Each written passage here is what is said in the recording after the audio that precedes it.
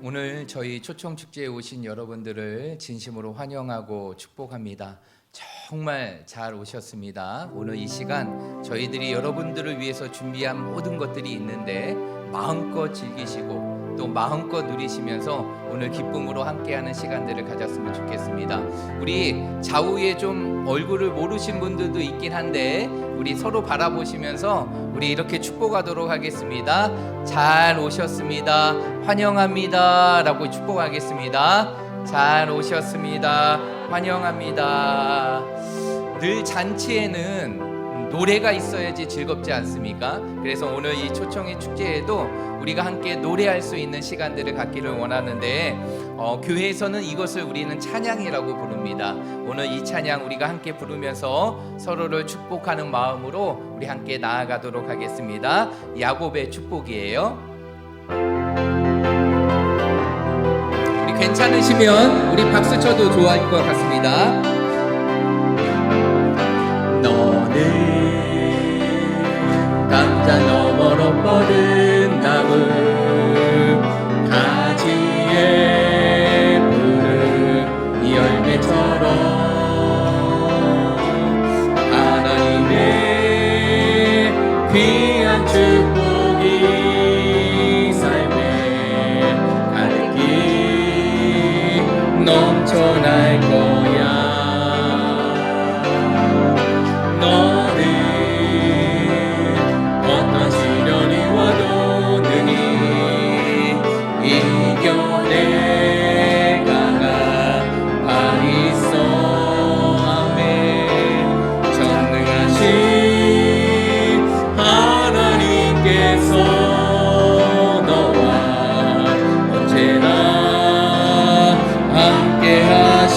너는 하나님의 사랑, 너는 하나님의 사랑, 아름다운 하나님의 사랑. 나는 널 위해 기도하며 내 길을 축복할 거야.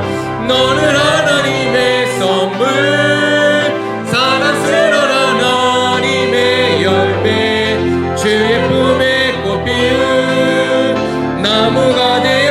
너는 하나님의 사랑, 너는 하나님의 사랑, 아름다운 하나님의 사랑. 나는 널 위해 기도하며 내 길을 축복할 거야.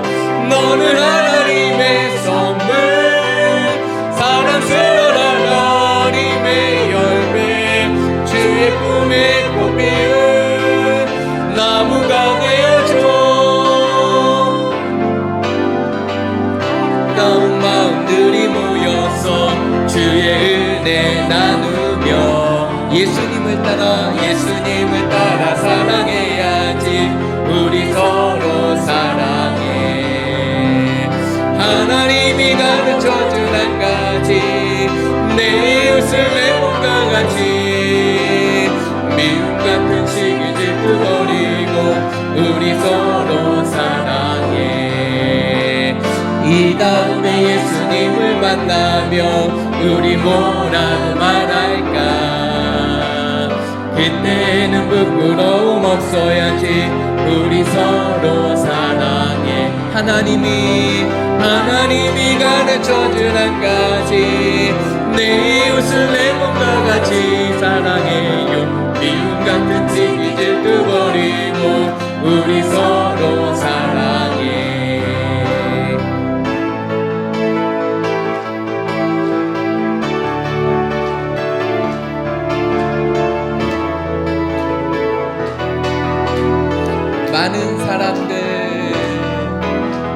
많은 사람들 참된 진리를 모른 채 주님 곁을 떠나가지만 내가 만난 주님은 참 사랑이었고 진리고 소망이었소. 난 예수가 좋다오. 예수가 좋다오. 난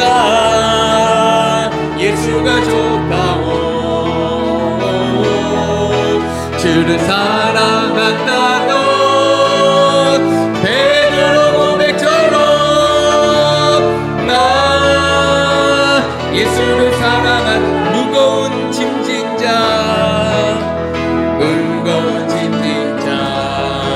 다 내게로 오라 내가 너를 쉬게 하리 이 길만이 생명의 길 이 길만이 생명의 길 참 못된 길이라 항상 내게 들려주셔 우리 고백합니다 난 예수가 좋다오 난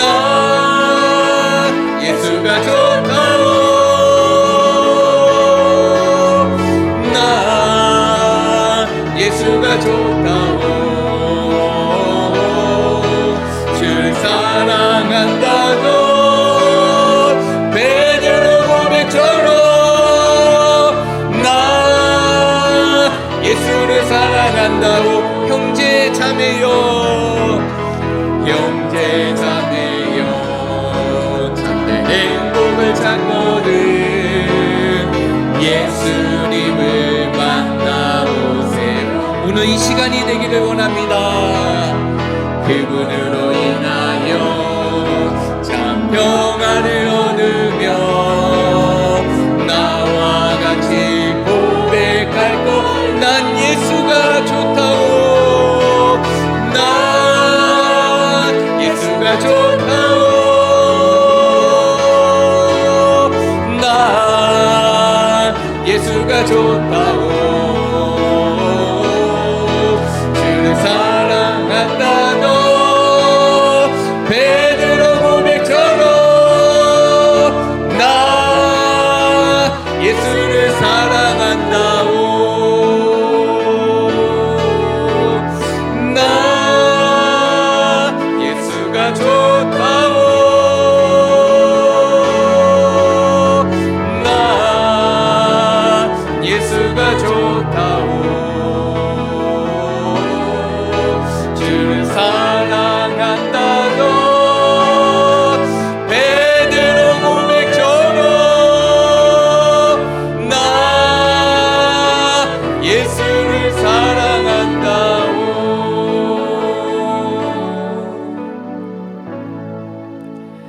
이 시간 우리 함께 예배 드릴 때 다 함께 자리에 일어나도록 하겠습니다 다 함께 자리에 일어나셔서 우리 성가대 주악에 맞춰 묵상 기도 드림으로 오늘 초청 주일 예배를 하나님 앞에 드리겠습니다.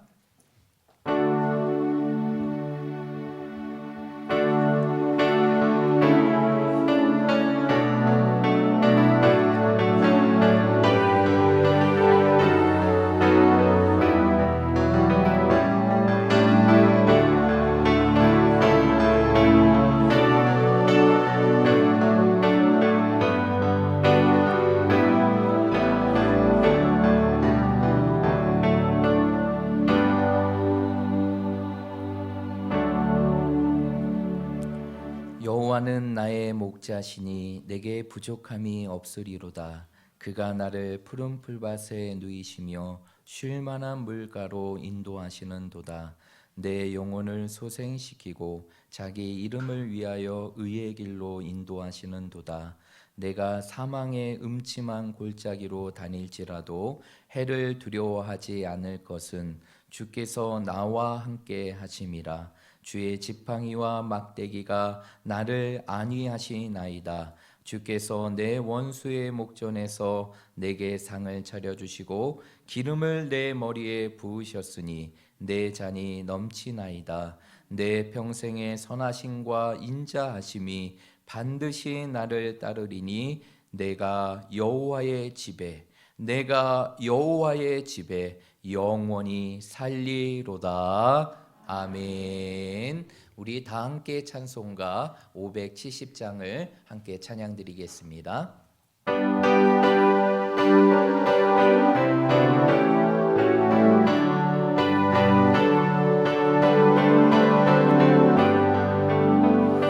주는 나를 기르시는 목자요 나는 주님의 귀한 어린 양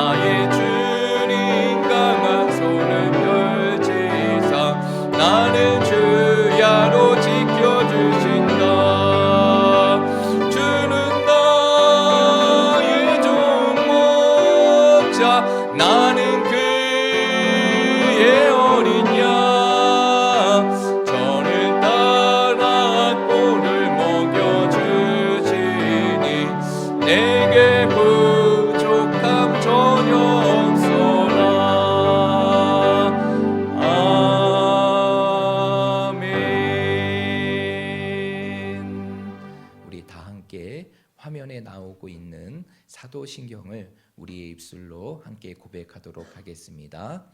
전능하사 천지를 만드신 하나님 아버지를 내가 믿사오며 그 외아들 우리 주 예수 그리스도를 믿사오니 이는 성령으로 잉태하사 동정녀 마리아에게 나시고 본디오 빌라도에게 고난을 받으사 십자가에 못 박혀 죽으시고 장사한 지 사흘 만에 죽은 자 가운데에서 다시 살아나시며 하늘에 오르사 하나님 우편에 앉아 계시다가 저리로서 산자와 죽은 자를 심판하러 오시리라. 성령을 믿사오며 거룩한 공예와 성도가 서교통하는 것과 죄를 사하여 주시는 것과 몸이 다시 사는 것과 영원히 사는 것을 믿사옵나이다. 아멘. 이제 다 함께 자리에 앉으셔도 됩니다. 자리에 앉으셔서 함께 기도할 때 강성호 집사님 기도해 주십니다.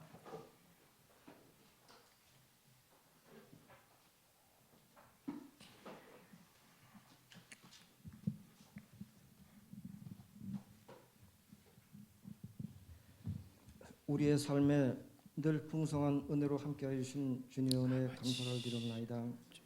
11월의 마지막 주일을 보내며 이 시간 주님 전에 나와 예배드리게 하시니 또한 감사를 드립나이다. 지난 11개월의 삶 속에 많은 어려움 속에서도 믿음 잃지 않고 지금까지 살아왔음은 전적으로 주님의 은혜였음을 고백합니다. 오래전에 이곳에 주님의 피값으로 세우신 이 교회가 말씀이 충만한 교회가 되게 하시고 주님의 사랑을 본받아 사랑이 식어가는 이 세대에 사랑의 빛을 나타내는 복된 교회가 되게 하여 주시옵소서. 교회에 지체된 우리가 주님 안에서 성도의 교제를 나누게 하시고 가난한 자, 병든 자를 돌아보게 하심으로 교회의 소명을 다할 수 있는 복된 교회가 되게 하여 주시옵소서. 이 시간 지난 11개월의 시간을 되돌아보게 하여 주시옵시고 주님께서는 저희들에게는 그동안 많은 것으로 베풀어 주셨지만 저희들은 주님의 은혜를 외면하며 살아왔던 저희들이었습니다. 이 시간 말씀을 통하여 저희들의 마음을 움직여 주셔서 주님의 은혜에 늘 감사가 넘쳐나는 생활이 되게 하여 주시옵소서. 때에 따라 저희들에게 필요한 것 채워주시고 고난 속에서도 피할 길을 주시는 하나님, 앞으로의 한 달의 시간을 하나님 나라를 위하여 열심히 일하고 각자에게 주신 은사로서 주님을 영화롭게 사는 삶이 되어서 후회 없이 한 해를 마무리 잘할 수 있도록 주님 인도하여 주시옵소서. 이 시간은 특별히 부야피 초청 축제로 은혜 받고자 합니다. 이 시간 부야피 축제를 통하여 우리의 심령이 새로워지게 하시고 갈급한 심령으로 축제에 참석한 모든 성도들에게 은혜와 축복이 넘쳐나는 복된 시간이 되게 하여 주시옵소서. 이번 축제를 통하여 놀라운 역사가 일어나게 하시고 우리의 삶에 어렵고 힘든 문제들이 해결받게 하시고 또한 병마에 시달리는 성도들에게는 놀라운 치유의 역사가 있게 하시고 가정의 문제로 신앙의 문제로 여러 가지 문제로 고민하는 성도들에게 주님 이루하여 주시옵시고 함께하여 주셔서 이 모든 문제들이 해결받는 복된 시간이 되게 하여 주시옵소서. 이번 축제를 위해 귀 쓰시는 강사님을 저희들에게 보내주셔서 말씀으로 은혜 받게 하시니 감사를 드리옵나이다. 특별히 강사님께 능력의 능력을 더하셔서 말씀으로 충만하며 성령으로 충만하게 하셔서 말씀 증거하실 때마다 놀라운 역사가 일어나게 하여 주시옵소서. 이번 축제를 통하여 많은 성도들이 구원을 받게 하시고 새롭게 신앙의 결단을 하는 놀라운 축제가 되게 하여 주시옵소서. 그리하여 이 교회가 더욱 뜨겁게 성장하며 은혜가 넘치는 제단 되게 하여 주시옵소서. 이 시간 말씀 속에 은혜와 축복의 시간이 되게 하여 주시옵시고 이 시간을 통하여 주님 영광 받아 주시옵시고 저희들에게는 하나님 시간 되게 하여 주시옵소서. 이 시간 모든 것 주님 맡아 주관하여 주실 것을 믿사옵고 우리를 구하여 주신 예수님 이름으로 기도하옵나이다.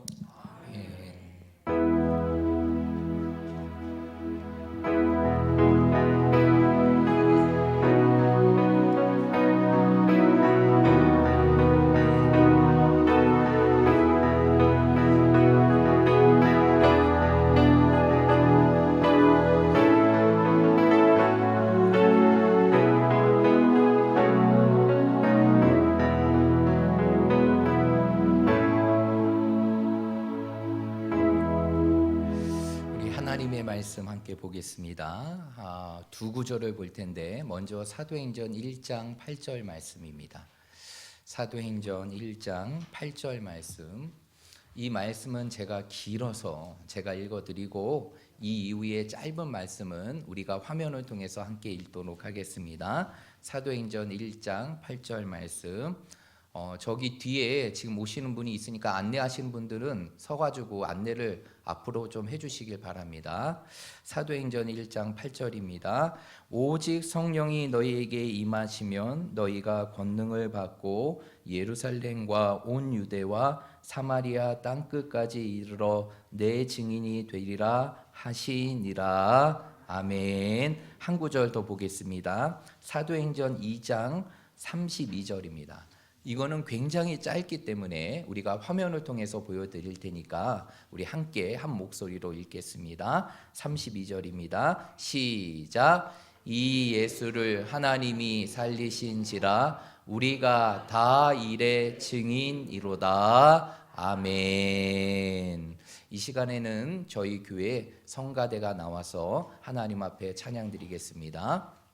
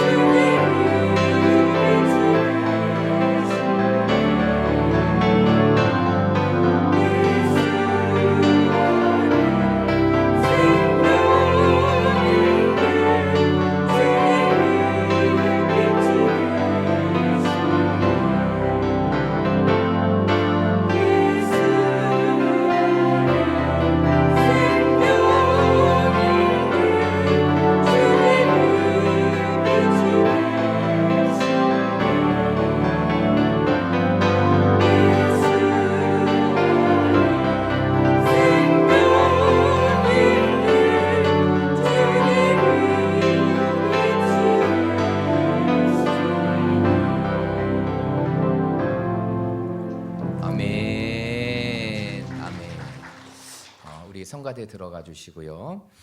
이제 우리가 우리 준비된 강사님의 강의를 듣기 전에 먼저 우리가 한 편의 짧은 영상을 한번 보도록 하겠습니다.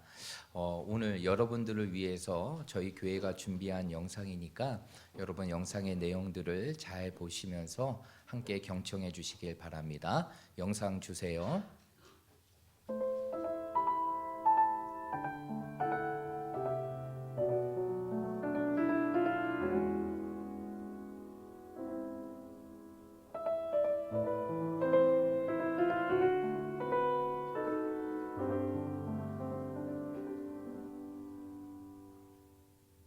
인생은 세 가지 문제를 해결하지 못할 때 고통스러워합니다. 첫 번째는 길을 잘못 들었기 때문입니다. 나는 이 길을 가고 싶었는데 막상 가보니까 그 길이 아니었다거나 또는 길을 가다가 중간에 방향을 잃고 헤매고 있을 때입니다. 그래서 우리는 길이 아닌 길을 가려고 하고 길이 없는 길을 뚫어보려고 애쓰고 있는 것이죠. 두 번째는 진리를 잃어버렸기 때문입니다. 진리라고 생각했는데 알고 보니 거짓이었고 사랑인 줄 알았는데 배신이었고 진실인 줄 알았는데 허위였다는 것입니다. 그래서 우리는 가짜를 붙들고 진짜처럼 목말라 했던 것입니다. 셋째는 생명을 잃어버렸기 때문입니다. 모양은 있는데 생명이 없고 형태는 있는데 열매는 없고 죽은 나무에 꽃이 피기를 기다리는 것입니다. 그런데 인생에 참 길과 진리와 생명이신 한 분이 있습니다. 그분을 만날 때 우리는 잃어버렸던 곳에서 등대를 발견하는 것이고 우리는 거짓과 허위 속에서 맴돌고 살았던 자기 자신에게서 진실한 진리와 빛을 보는 것입니다. 뿐만 아니라 도저히 희망도 없고 도저히 더 이상 갈 길도 없었던 죽음 앞에서 생명을 발견하고 좋아하는 것입니다. 이분의 이름은 예수 그리스도입니다. 2000년 전에 마리아 품에서 태어났습니다. 갈릴리 해변에서 자랐습니다. 33년을 살았습니다. 그런데 너무나 비참하게 십자가에서 죽으셨습니다. 왜 그분이 당신의 삶에 길이요 진리요 생명이 되시는 줄 아십니까? 만약 그분이 죽었다면 그런 일을 못했을 것입니다. 그런데 그분이 다시 살아나셨거든요. 그때만 살아난 것이 아니라 지금까지도 살아계시거든요. 여러분, 이분을 만나보면 여러분의 인생이 변화될 것입니다. 안 보이던 길이 보이고요. 방황하던 여러분의 인생에 종지부를 찍게 될 것입니다. 삶이란 속도가 중요한 것이 아니라 방향이 중요합니다. 예수 그리스도를 가슴에 품고 마음에 모셔 보십시오. 기적을 경험하게 될 것입니다.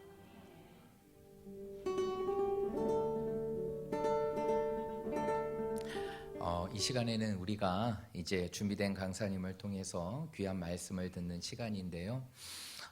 우리 오늘 이 자리에 저와 여러분들을 위해 하나님께서 준비하신 강사님은 누구시냐면 천정은 자매님이십니다. 우리 자매님은 작가이세요. 그래서 나는 주님의 것입니다 라는 책을 집필하셨고 또 많은 사람들에게 알리고 또 전해졌습니다. 그뿐만이 아니라 영화의 주인공까지 하셨어요.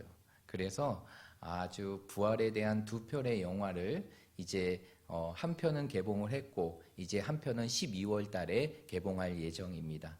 그런데 저는 이분을 여러분들에게 소개시켜 드리면서 이분이 작가이기도 하고 그리고 영화에도 출연했지만 이분을 표현하는 가장 중요한 한마디가 있다면 이분은 10년째 항암의 투병의 삶 속에서도 살아계신 예수님을 경험하고 그 예수님을 전하며 살아가는 전도자의 삶을 살아가는 귀한 자매입니다.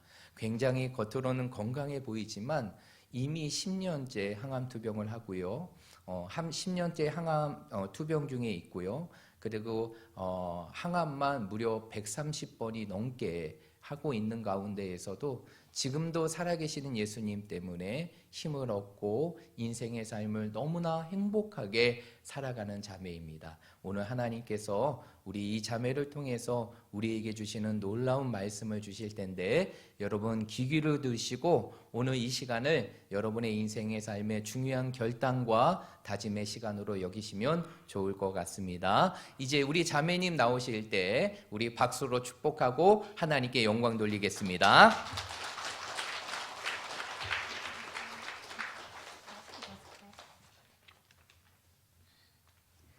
네, 안녕하세요. 환영해 주셔서 감사합니다. 방금 소개받은 암환자 천정원입니다.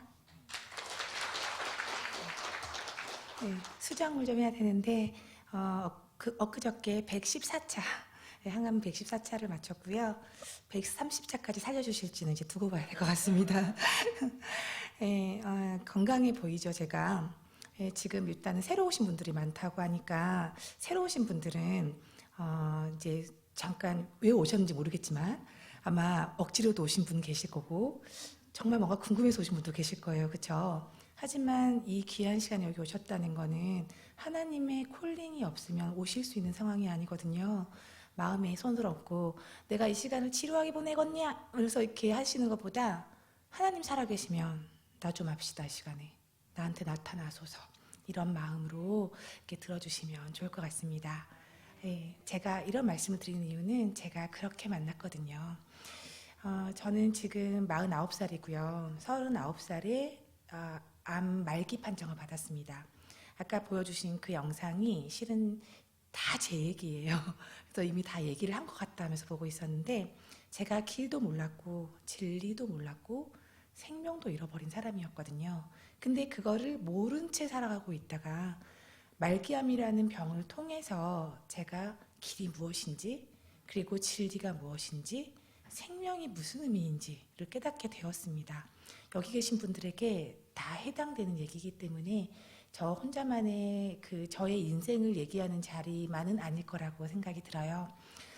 그리고 간간히 이제 연세도 좀 있으신 분들도 보이시거든요. 그러니까 제가 49살밖에 안 됐지만 지금 죽음 앞에 서 있는 사람은 맞거든요.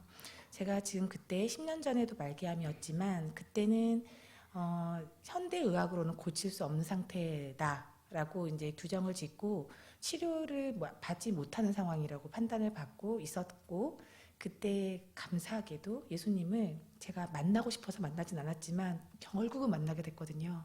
만나게 된 다음에 암이 다 사라졌어요.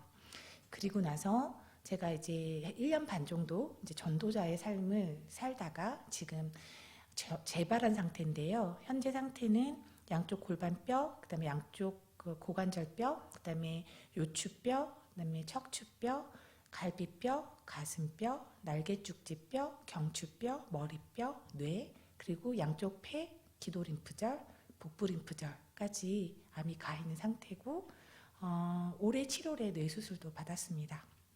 그런데 지금 이렇게 주님을 증거한다라고 나와 있는 건 뭐냐면 제 상태에 대한 문제를 해결받았기 때문이에요. 여기에 오신 분들은 믿는 자들이나 분명히 안 믿는 자들이나 문제가 다 하나씩 이상은 있으실 거라고 생각합니다. 그 문제가 해결이 내가 이미 원하는 해결책도 있어요. 이렇게 되면 지금 나아질 것 같다라는 게 정해진 게 있으세요. 하지만 그게 그렇게 돼도 그 다음에는 다른 문제가 생기시는 것이 인생이다라는 걸 겪어서 지금까지 오신 거라고 생각을 하거든요. 저는 그렇게 살다가 지금은 문제가 앞으로도 아무것도 없다라는 거를 알게 됐는데 이 시간에 하나님이 성령님의 도우심으로 여러분에게도 그게 전해졌으면 좋겠습니다. 네. 지금 실은 항암을 하고 있고 어제는 아까 목사 말씀드렸지만 교통사고도 났어요. 그래서 지금 실은 뼈가 여기저기 좀 흔들린 것 같아가지고 조금 이렇게 약간 타박상같이 좀 아프기도 한데요. 그런데 그러거나 말거나 이게 이제 제 삶의 지금 방식이에요. 이유는 지금 항암을 하고 있는 이유가 낫기 위해서 하고 있다. 그 말도 틀린 말은 아닙니다. 항암 치료를 근데 병원에서 받아야 된다고 하니까 받고는 있는데 제가 받는 이유는 내가 죽지 않기 위해서 아프지 않기 위해서라는 목적이 빠져 있어요. 왜 길과 진리와 생명을 찾은다에 보니까 이 땅에서 제가 어떻게 살아야 될지가 더 선명하게 보이더라고요. 제가 예전에 살았을 때는 이렇게 살았던 것 같아요. 남보다 좋은 환경에서 잘 자랐어. 그러니까 넌 성공해야 돼. 이런 마음을 좀 갖고 있었고 성공하기 위해서 앞으로 달려가다 보니 나이가 30대 중반까지 왔을 때 멘붕이 오는 걸 제가 이제 당했거든요. 제가 생각할 때 20대 때, 10대 때 제 뜻대로 됐어요. 다 됐고 시간도 충분히 있다고 생각이 들었는데 30이라는 나이부터는 초조함이 오더라고요. 정확하게 얘기하면 29부터 되게 초조했는데 그래도 아직은 늦지 않고 갈 수 있어. 근데 30대 중반부터 늦어버린 것 같은 뭔가 내 뜻대로 되다가 안 되는 걸 겪었거든요. 인생에서 그런 게 있으면 안 된다고 생각을 했던 것 같아요. 저는 하나님을 믿지 않고 기독교인을 되게 경멸하는 사람이었는데 그럼에도 불구하고 급할 때는 제가 버릇이 있더라고요. 하나님, 나 좀 어떻게 봐요? 이런 걸 하더라고요. 그러면서 이것만 지금 해결해 주면 내가 교회 가볼게요. 중간중간에 이런 비겁한 그 기도도 가끔 나왔던 것 같아요.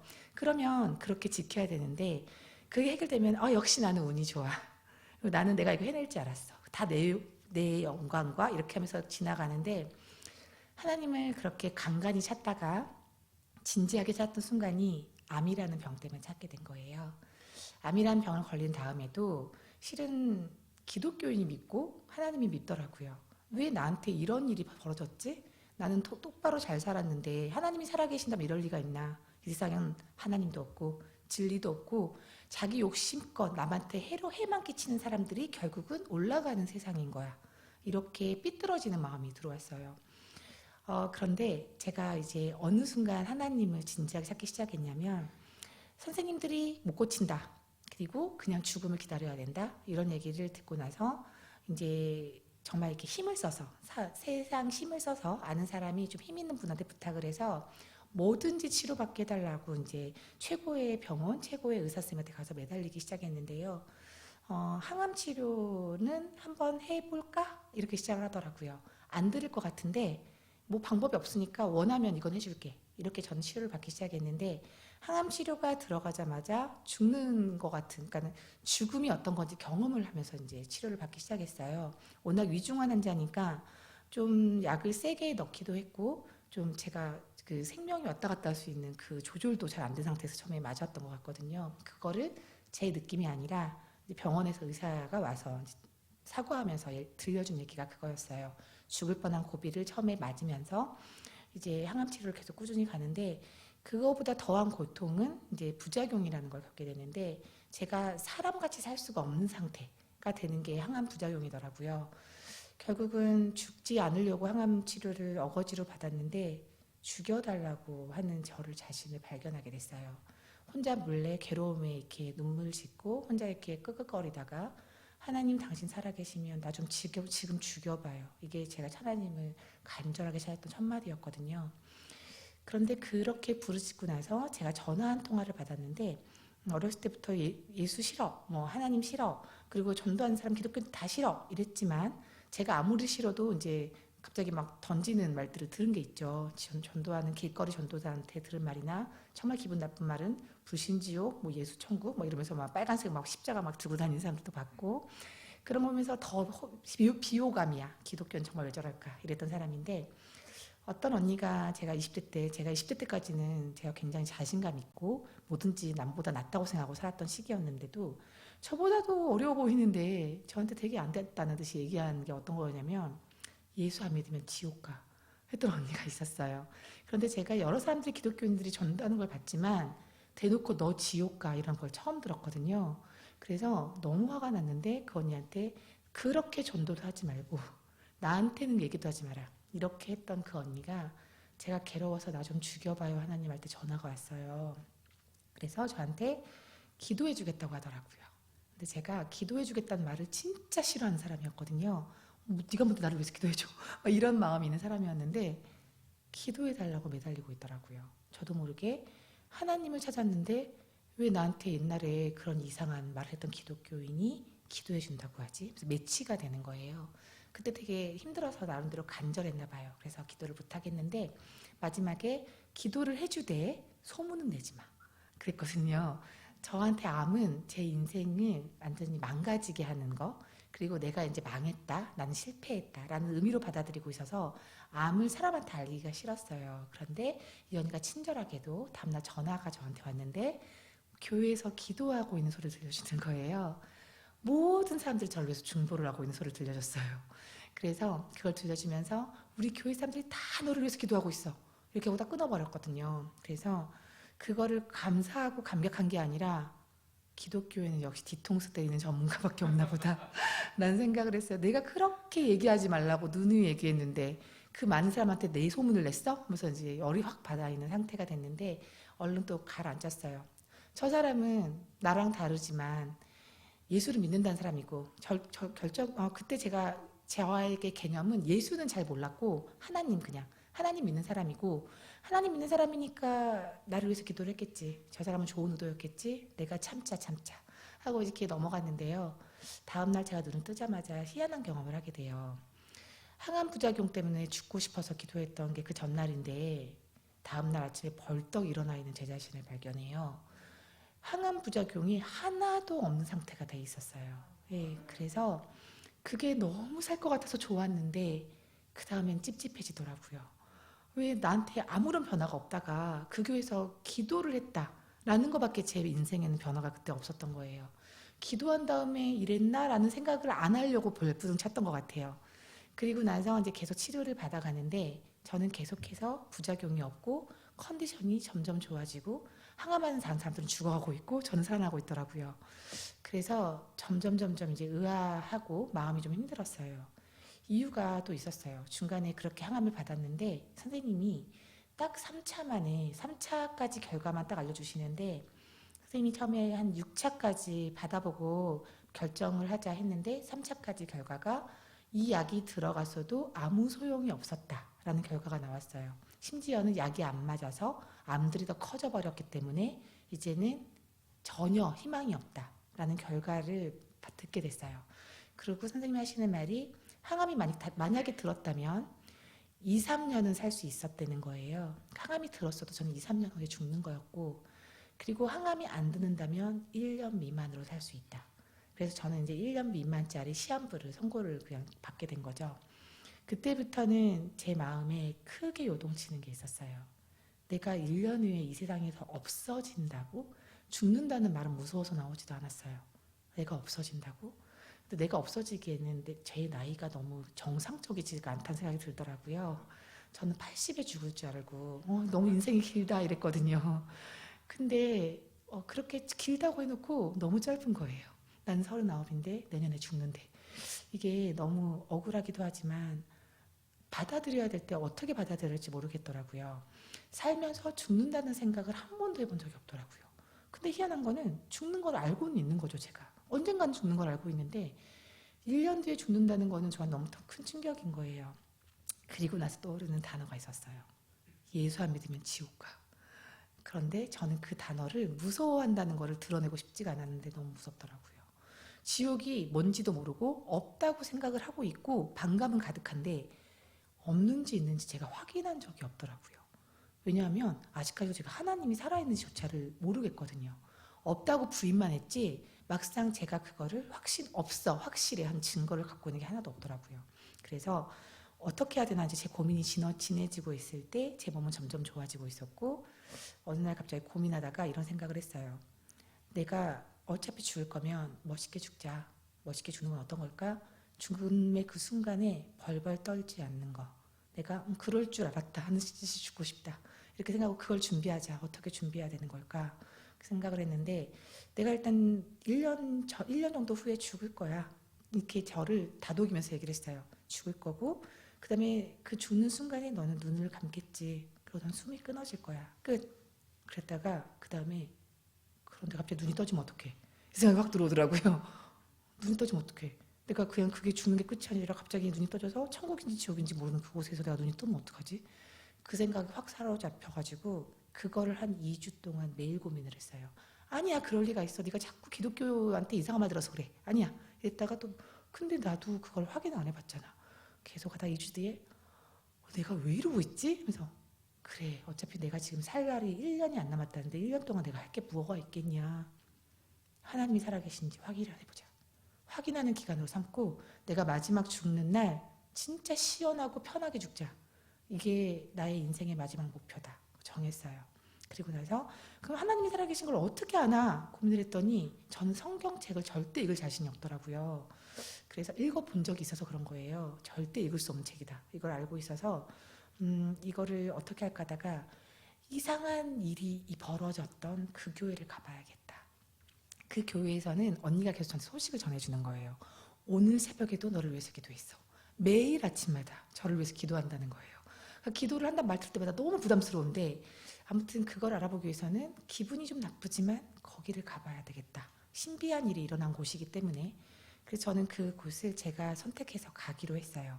가는 날 저는 그렇게 생각을 하고 있는 제 자신을 발견했는데 이런 일이 벌어지기까지 내가 그냥 죽을 리가 있나. 분명히 하나님이 살아계신다면은 나한테 내 눈앞에 보여줄 것 같다. 그리고 아니면은 내 암을 갑자기 싹 사라지게 할 것 같다. 둘 중에 하나면 난 하나님 믿을 수 있을 것 같아. 이런 생각을 제가 한 것 같아요. 도착을 하자마자 전 너무 실망했어요. 그 교회에 있는 사람들이 다 제 스타일이 아니더라고요. 마음에 안 들었어요. 그런데 그분들이 더더군다나 저를 위해서 기도한다고 부르짖는 순간부터는 정말 떠나고 싶었거든요. 처음에 교회에 도착해가지고 사람들이 마음에 안 들어. 그 마음에 안 든 마음이 어떤 거였냐면 제가 마음이 되게 높은 사람이었다는 거를 제가 이제는 인정을 하지만 그때는 수준이 안 맞아 이랬어요. 나랑 수준이 안 맞아. 삶의 수준도 안 맞는 것 같아. 진짜 이랬어요 제가. 그래서 뭐 대화가 되겠어? 그렇게 하면서 말도 안 섞고 싶어. 이런 마음이 있었는데 도도한 마음을 먹고 있었는데 갑자기 이제 그러고 나서 제가 약간은 마음을 좀 약간 높은 마음으로 이렇게 사람들 바라보고 있을 때쯤에 목사님이 올라오시더라고요. 그래서 그래 저 목사가 무슨 말 들어보자. 전 이런 마음으로 뚫어지게 보고 있는데 올라와서 설교를 하는 게 아니라 갑자기 우리가 매일 기도하는 그 유방한 말개한자 어딨어요? 이러더라고요. 그래서 제가 저 사람이 지금 나한테 나를 찾는 건가 싶어서 놀래가지고 어떻게 저렇게 비인격적인 사람이 목사지? 제가 이러고 있었는데 저를 나올 때까지 소리를 지르시는 거예요. 정말 그래서 할 수 없이 일어났는데 이분이 저를 물끄러미 바라보시더라고요. 그러더니 살려달라고 지발로 걸어왔는데 우리 하나님한테 살려달라고 기도합시다. 그러는데 그게 정말 모욕적으로 들렸어요. 갑자기 그와 동시에 여기 있는 사람들이 저를 보고 소리를 지르는데 쥐야 하고 소리를 지르는데 제가 너무 놀래가지고 처음엔 놀랬고 그 다음에 무서움에 벌벌 떨었어요. 주여 한 다음에 모르는 언어들이랑 막 뭐 한국말도 들리지만 이상한 언어도 들리더라고요. 근데 그게 나중에 알고 보니 정체가 방언이었어요. 근데 그 방언은 제 귀에는 무슨 악마가 외치는 소리 같이 들렸거든요. 그래서 이건 언어도 아니고 뭣도 아니고 너무 무섭다 하고 벌벌 떨다가 도망쳤어요. 그렇게 해서 제가 교회를 용감하게 갔다가 춘천까지 갔는데 제가 이제 그때 서울이었는데 춘천까지 갔는데 결국은 모든 걸 실패하고 올라왔거든요. 다음날 처참한 마음으로 제가 든 게 뭐였냐면 네가 이 정도밖에 안 돼? 뭐가 그렇게 무서워서 그런 말도 안 되는 걸 찾으러 갔어. 이렇게 생각을 하고 제가 이제 침울한 마음으로 잠이 들었고 다음날 딱 일어났는데 이제 침울한 마음보다는 이제 열받더라고요. 내가 왜 도망쳤지? 부터 시작을 해서 그러면서 이제 한 가지 걸리는 게 나 예수 안 믿으면 지옥 가는 언니가 걸리는 거예요. 그 언니 너무 순진해가지고 이상한 교회에 빠져있나 보다.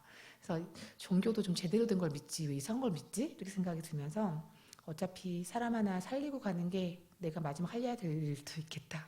이런 생각을 했어요. 어차피 죽는 사람은 죽는 사람이고 살 사람은 살리자. 내가 저 언니를 바른 길로 인도하고 가야겠다. 그래서 제가 이제 교회를 가려고 이제 했는데 좀 무섭더라고요. 사람이 엄청 많다는 걸 확인하고 왔거든요.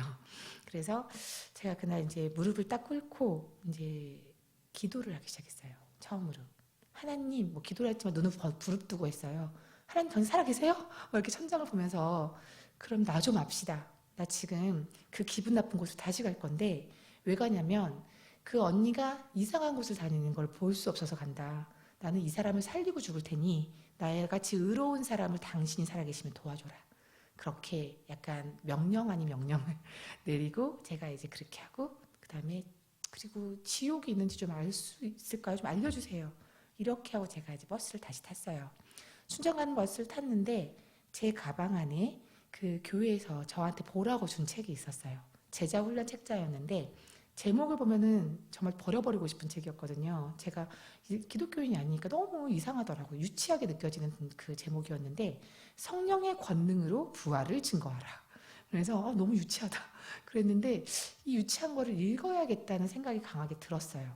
왜냐면 내가 지금 전쟁하러 가는 마음인데 이 전쟁하는 대상자들이 무슨 사고방식을 가져서 이런 걸 믿고 있는지는 내가 알아볼 필요가 있겠다. 그리고 내가 읽어보고 허튼 소리가 있으면 내가 이거를 공격해야겠다.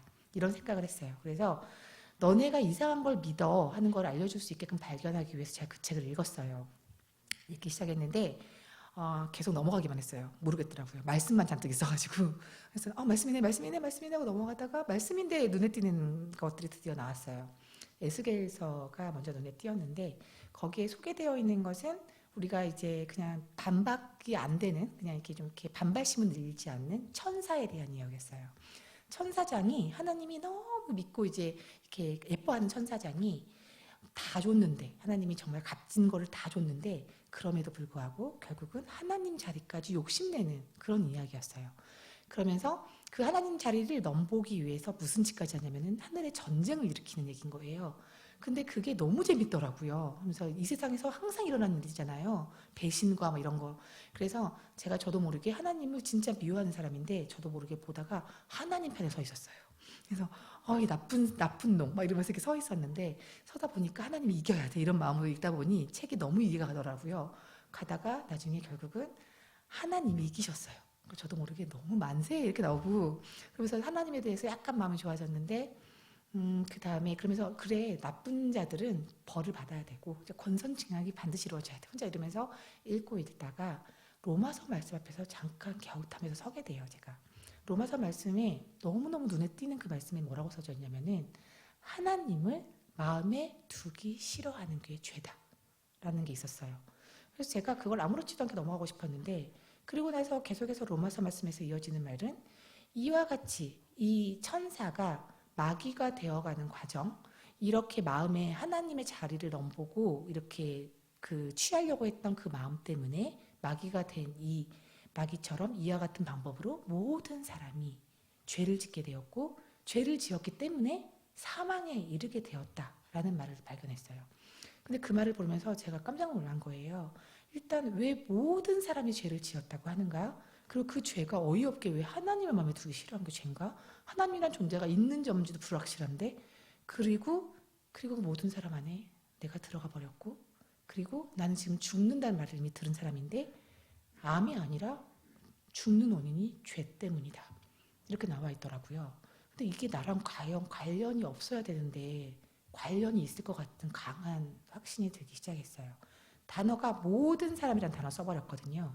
기독교인이 보는 책이면 기독교인이 하나님 그 자기들의 신 안에선 이래야 된다. 이게 저는 종교적인 그 교리들은 다 그렇게 갖고 있을 거라고 생각하는 게 있었어요. 기독교인은 하나님은 믿는 사람들은 하나님 안에서 이렇게 되고 뭐 불교는 부처님 안에서 이렇게 되고 진짜 이렇게 생각을 혼자 멋대로 하고 있었기 때문에 모든이란 단어가 너무 걸리더라고요. 모든이란 단어는 한 사람도 빠짐없이라는 건데 내가 여기에 지금 포함이 된다는 거야? 이게 의문점이 생기면서 왠지 뭔가 발견할 것 같다. 그래서 제가 이 책을 다시 정확하게 읽어봐야겠다고 맨 앞장을 다시 폈어요. 아까는 무슨 말이야 하고 지나갔던 말이 선명하게 보이더라고요. 거기에는 사도행전 17장 31절의 말씀에 모든 사람에게 하나님께서 믿을 만한 증거를 친히 주셨다. 거기서 제가 또 놀란 단어가 있었죠. 모든 사람이 또 나왔고 증거가 있다. 거기서 깜짝 놀랐어요. 하나님이 내가 믿을 수 있는 조건은 딱 두 가지였거든요. 내가 교회를 내 발로 걸어왔을 때 암이 없어져야 한다. 그리고 내 눈앞에서 사람들한테는 안 보는데 내 눈앞에서 신령한 그분이 내 눈앞에 보여야 한다. 나는 그러면 증거라고 믿을 수 있겠다라고 생각한 게 있었는데 거기는 증거가 있는데 그 증거가 무엇인고 하니 예수를 죽은 자 가운데서 다시 살리신 것이라고 딱 부연 설명을 해놨어요. 하나님이 살아계신 증거는 본인이 직접 증거를 우리한테 줬는데 모든 사람한테 다 믿을 만한 증거야 하고 준 게 뭐였냐면 예수가 죽은 자 가운데서 내가 그 예수를 살려낼 거야 하는 그분의 의지가 들어가 있는 말이었거든요. 그래서 예수가 그래서 예수 얘기를 하는 거야, 기독교가. 그때 그걸로 깨닫게 됐고, 그리고 예수가 정말 죽은 자 가운데서 살아났다는 게 사실이면 하나님이 살아있다는 걸로 믿으면 된다는 거 너무 간단하네. 갑자기 너무 간단하네 하다가 그런데 간단하지가 않네. 이걸 알게 됐어요. 예수가 죽은 자 가운데서 살아 죽은 자 알 게 뭐야. 그런 거를 어떻게 알아내. 그래서 예수는 이미 없잖아.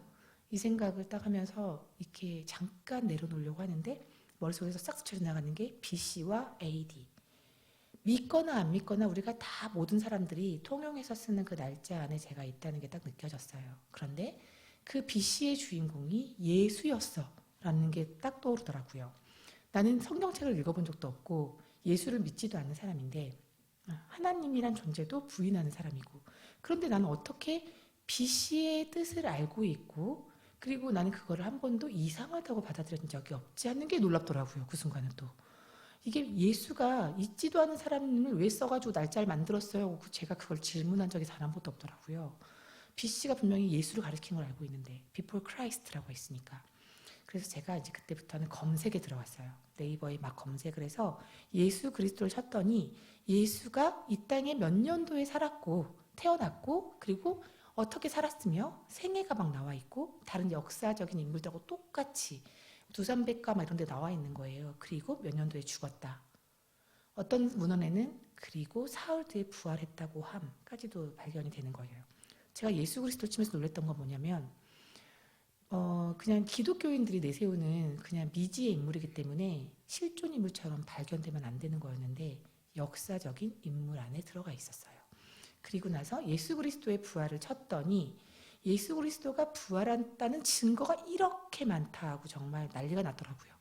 난리가 났는데 그 난리가 나는 중에서 제 눈을 사로잡았던 거는 그 증거가 있어가 아니라 예수가 부활한 게 사실일 리가 없어 라는 거에 제 눈이 꽂혔어요. 저 구석에 보였던 그거를 제가 붙들고 들어갔는데 거기에 이제 그게 사실이 저같이 안 믿고 싶어하는 사람들이 모여서 했겠다 했는데 그 사람들의 직업은 더 훌륭하더라고요. 그 사람들은 그 시대를 풍미했던 과학자, 역사학자, 지식인들. 그러면서 예수님이 왔다 갔다 한 그 다음부터 그때부터 예수가 부활한 게 사실일 리가 없어라고 파헤치고 연구한 사람들의 그 무리들이 해마다 계속 나오는 거예요. 시대마다. 이 사람들이 죽으면 또 그런 무리 또 일어나고 이게 이어지지 않고 지금까지 계속 조사가 이루어지고 있다는 내용이에요. 그래서 뭔가를 발견했겠죠. 기대를 많이 하고 읽었는데 맨 마지막에 뭐라고 끝나냐면은 아직까지는 예수가 부활한 것이 사실일 리가 없다는 것을 밝혀낸 자가 없다. 이렇게 끝났어요. 그래서 이렇게 객관적인 사실들을 지금 다루는 모든 문헌들을 봤을 때 예수가 부활한 것이 맞다라는 것들이 훨씬 많은 걸 보면서 제가 이제 생각에 빠지게 됐어요. 예수가 부활한 게 이 정도면 충분히 맞다는 거 나도 인정할 수밖에 없겠다. 그런데 나는 이게 인정하고 싶지 않다. 왜 그럴까? 내가 믿고 싶지 않고 내가 그동안 신념같이 붙들었던 나의 모든 게 무너질까 봐 자존심을 내려놓기 싫었다라는 걸 발견했거든요. 40년을 제가 그렇게 살았더라고요. 기독교는 다 틀렸어. 그들은 다 헛된 것만 믿고 있어. 그리고 그 핑계 대면서 지 인생을 책임도 못 지면서 죽게 맡겨라 막 이상한 말 하면서 자기들 인생도 책임 못 지면서 남한테는 싫은 소리만 해. 이게 제가 판단하는 기독교인이었고 그런 기독교인 같이는 절대로 안 살 거야. 이렇게 생각했던 제 자신 때문에 그렇게 경멸하는 기독교인이 난 될 수 없다라는 마음이 강하게 있었던 거예요. 그래서 제가 물어봤어요. 그래, 너는 지금 이 순간에도 기독교인이 너무 싫고 기독교로 이렇게 인정하고 싶지 않아 하는 거를 인정하자. 그런데 그럼 네가 그래서 기독교를 싫어하면 예수가 부활한 게 사실이 아닌 게 되나? 이렇게 물어봤어요. 그랬더니 아니, 봤더니 이건 이미 과거에 이루어진 일이야. 그리고 죽었을 뿐 아니라 살아났다고 지금 기록되어져 있어. 그렇게 생각을 하면서 그래, 그러면 다시 생각을 바꿔보자. 지금 너는 암 때문에 곧 죽을 거야. 그러면은 네가 죽는다면 예수가 부활한 게 사실이 아닌가? 그랬더니 아니, 네가 죽거나 말거나 예수는 그냥 부활한 게 사실적으로 이루어졌고 역사 속에 이미 지나가 버렸어. 이게 이제 제가 계속 이렇게 질문하고 저렇게 질문하면서 느낀 건 뭐냐면 내 상황이 많이 변하고 내가 생각을 고치지 않아도 변하지 않고 이미 확정된 사실이 예수의 부활 사건이구나 깨닫게 된 거예요. 이 확정된 사실 앞에서 나는 그럼 어떤 결정을 해야 하는가가 남아있는 거구나. 걸 깨달은 거예요. 그래서 저도 모르게 아무리 생각해도 예수가 부활한 걸 부인을 못하겠더라고요. 내 상식으로는 아니었는데 사실이라는 문건들을 보니까 제 생각이 틀렸다는 것들을 너무 많이 발견해냈거든요. 그래서 내가 싫어도 내가 좋아도 관계없이 예수는 부활한 게 사실이야. 넌 지금 어떻게 해야 되지? 이 질문 앞에 섰어요. 그때부터는 제 머릿속에서 암은 다 사라지고 없어요. 지옥을 찾은 거예요. 지옥이 있겠구나. 이게 이제 제가 내린 결론이었고, 나는 지금 1년을 더 살건 좀 기를 쓰고 몇 년을 더 살건 내가 눈을 뜨는 그것은 지옥이구나. 이게 이제 온몸을 이제 흔들기 시작하더라고요. 그러면서 어떡하지? 이게 들어왔어요. 그래서 하나님 당신 살아 계신가 봐요. 이렇게 비굴하게 나온 말이 그거였어요. 나는 어떡하죠? 이게 나오면서 이 책에서 뭔가를 찾아내야 되겠다라는 생각이 들어서 그 책을 계속 읽어나가기 시작했어요. 놀라운 거는 책을 이해를 못할 것 같았는데 제가 하나님이 살아 계시는 게 확실하구나 하고 무너진 순간부터 이 책은 이미 저한테 열려 있더라고요. 읽는데 다 이해가 가는 거예요. 그리고 놀라운 건 뭐냐면 이 책에 천국 가는 길이 써져 있었어요. 제가 천국을 가고 싶다 이런 생각을 한 번도 해본 적이 없는데 예수님이 살아있다는 확신 드니까 지옥이 무조건 있어버렸어. 이게 제가 이제 만난 이제 너무나도 이제 그 절망적인 순간이 왔거든요. 근데 지옥을 갈 수가 없다라는 생각 드니까 결국은 가야 될 곳은 천국이구나. 내가 가고 싶어서가 아니라 무조건 지옥 가면 안 되겠다. 모르겠는데 지옥 가면 안 되겠다. 이건 알겠더라고요. 그래서 천국으로 가기 위한 그 길을 여기서 열어줬는데 처음에 발견한 말이 회개하고 복음을 믿으라라는 말씀을 발견했어요. 그래서 하나님이 얘기하시는데 우리한테 명령하신 게 회개하고 복음 믿어라. 그리고 맨 첫 장에서 발견한 사도행전 말씀이 또 떠오르더라고요. 거기에서는 하나님께서 심판한 날을 작정하셨다. 이제는 사람에게 모두 명하사 다 회개하라 하셨으니 그거 딱 같이 맞물리면서 이분이 요구하는 건 회개하라다.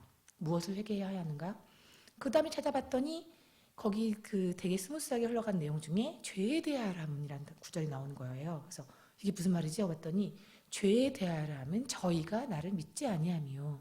그래서 하나님을 믿지 않는 게 죄인가 보다 했는데 이 얘기를 한 대상을 찾아봤더니 그 얘기를 한 주인공은 다름 아닌 예수더라고요. 십자가에서 죽기 전에 예수가 뭐라고 하냐면 죄는 나를 믿지 않는 게 죄야 하고 얘기를 했더라고요. 살아있을 때. 그래서 저도 분명히 약간 하나님의 마음에 두기 싫어한 게 죄라며. 그럼 나는 하나님을 믿어야 되나 예수를 믿어야 되나 너무 헷갈리는 단계가 왔어요. 그런데 오늘 이제 그 주신 그 영상에서 있던 말씀을 또 발견하게 됐어요. 그 예수가 또 얘기를 해요. 내가 길이요 진리요 생명이니 나로 말미암지 않고는 아버지께로 올 자가 한 사람도 없느니라. 그래서 제가 딱 그걸 보면서 아버지라 하면 예수가 하나님의 아들이다라는 건 내가 알고 있으니까 하나님이 계시는 곳이 천국일 텐데 그 천국에 가려면은 예수를 통과해야지만 가는구나. 이게 딱 보면서 그래서 예수 했구나. 이걸 깨달았어요. 그래서 예수를 믿어야지만 천국에 간다라는 게 돼 있고 그럼 하나님을 마음에 두기 싫어한 거는 제껴도 되나? 아니 그 하나님이 이제는 내 아들을 통해서 나한테 오라고 한 명령이 거기 또 들어가 있는 거니까 예수를 믿어야 된다. 알겠어. 이러면서 이제 성경책이 하나씩 열어가기 시작했어요. 구절들마다 제 눈이 점점 커지더라고요. 놀랍게 어떻게 이렇게 논리적이고 합리적인 방법으로 접근하게 하셨지? 라는 생각 들면서 이제 읽어가는데 거기에는 여기에 이 땅에 예수가 온 목적도 써져 있더라고요. 로마서에서 이런 말씀이 있었어요. 그리스도가 이를 위하여 죽었다가 다시 살으셨으니 곧 죽은 자와 산 자의 주가 되려 하심이니라.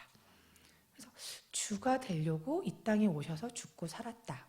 주가 뭘까 하는 말들이 있었는데 거기에는 또 하나님께서 이런 사람을 구원해 준다라는 말씀도 찾아요. 거기 뭐라고 그랬냐면은 예수를 입술로는 주인이라고 시인을 하고 마음으로는 예수님을 죽은 자 가운데서 하나님의 능력으로 살리신 것, 하나님이 친히 살리신 것, 그거를 믿으면 구원을 받으리라. 조건절 2개더라고요. 예수는 입술로는 네 주인이라고 해. 마음으로는 하나님의 능력으로 예수를 죽은 예수를 살렸어. 부활시켰어. 이거를 믿으면 이러면 이 사람들은 구원을 받는 거야.